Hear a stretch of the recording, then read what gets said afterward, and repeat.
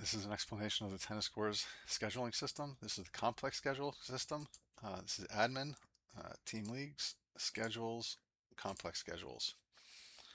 Here you'll say, on step one, basically there's 4 steps here and then a confirmation screen. On step one, we'll ask you about any league settings, we need to know about. So say the day your leagues play, the day your league will play or leagues play. You can put in multiple days here, so you can say, hey, we play every weekday or whatever. We'll just use an example, say we're playing Thursdays.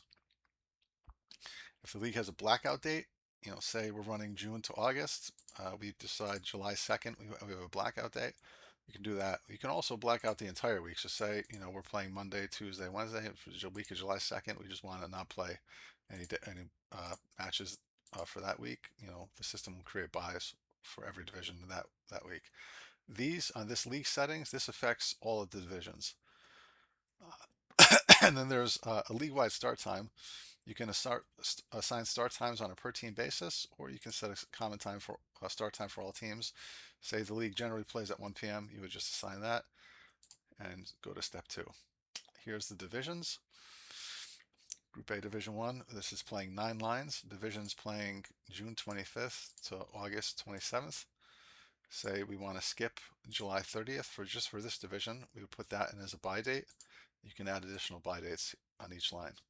You can also choose on the right here to not schedule a division.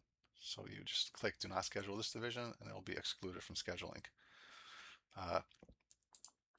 Then there's Group B. Say, in this case, we want, for summer Group A, we want them playing on the 18th and finishing a week earlier, August 20th. So that's what we do there. We just set all these dates, configurations here, and then just move to step 3.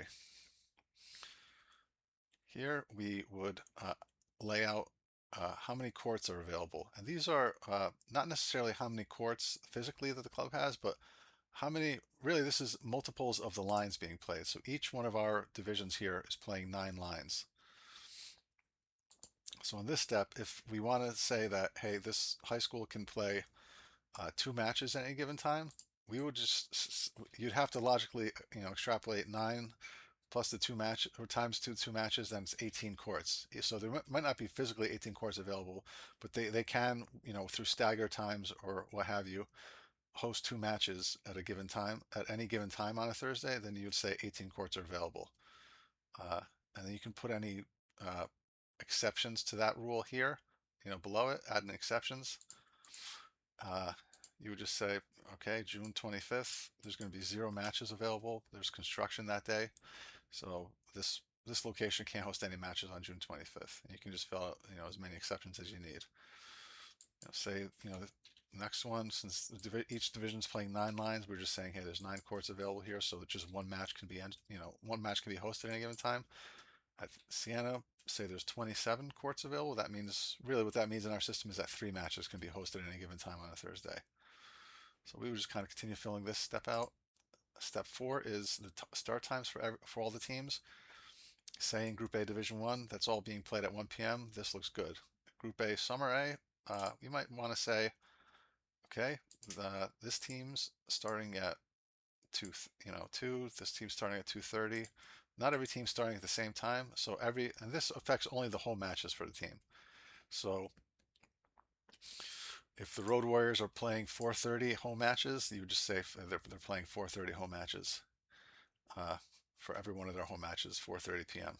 And then Group A, Summer B, they decide they want all their teams play 3:30. Just enter 3:30 there. Go on to step 5, kind of the confirmation screen. This is just a review of everything that you've typed in. Has all kind of, by location, lists like how many courts it has. It's divvied out by time. So say at 1 p.m., there's 2 teams playing out there. It's going to say it needs 18 total courts, just, in case you want to host both teams at home. And it doesn't necessarily conflict at all. It's just saying, hey, this is 18 total courts because there's 2 teams playing at home, at the same time. So it might, have 18 there.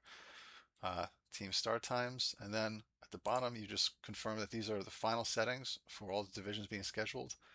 And you'll, hit submit schedules and we'll be notified that there's a scheduling request. We look over it maybe for a minute. and then submit it to our scheduling program.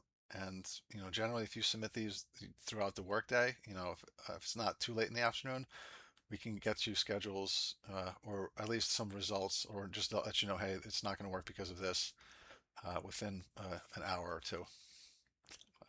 Thanks.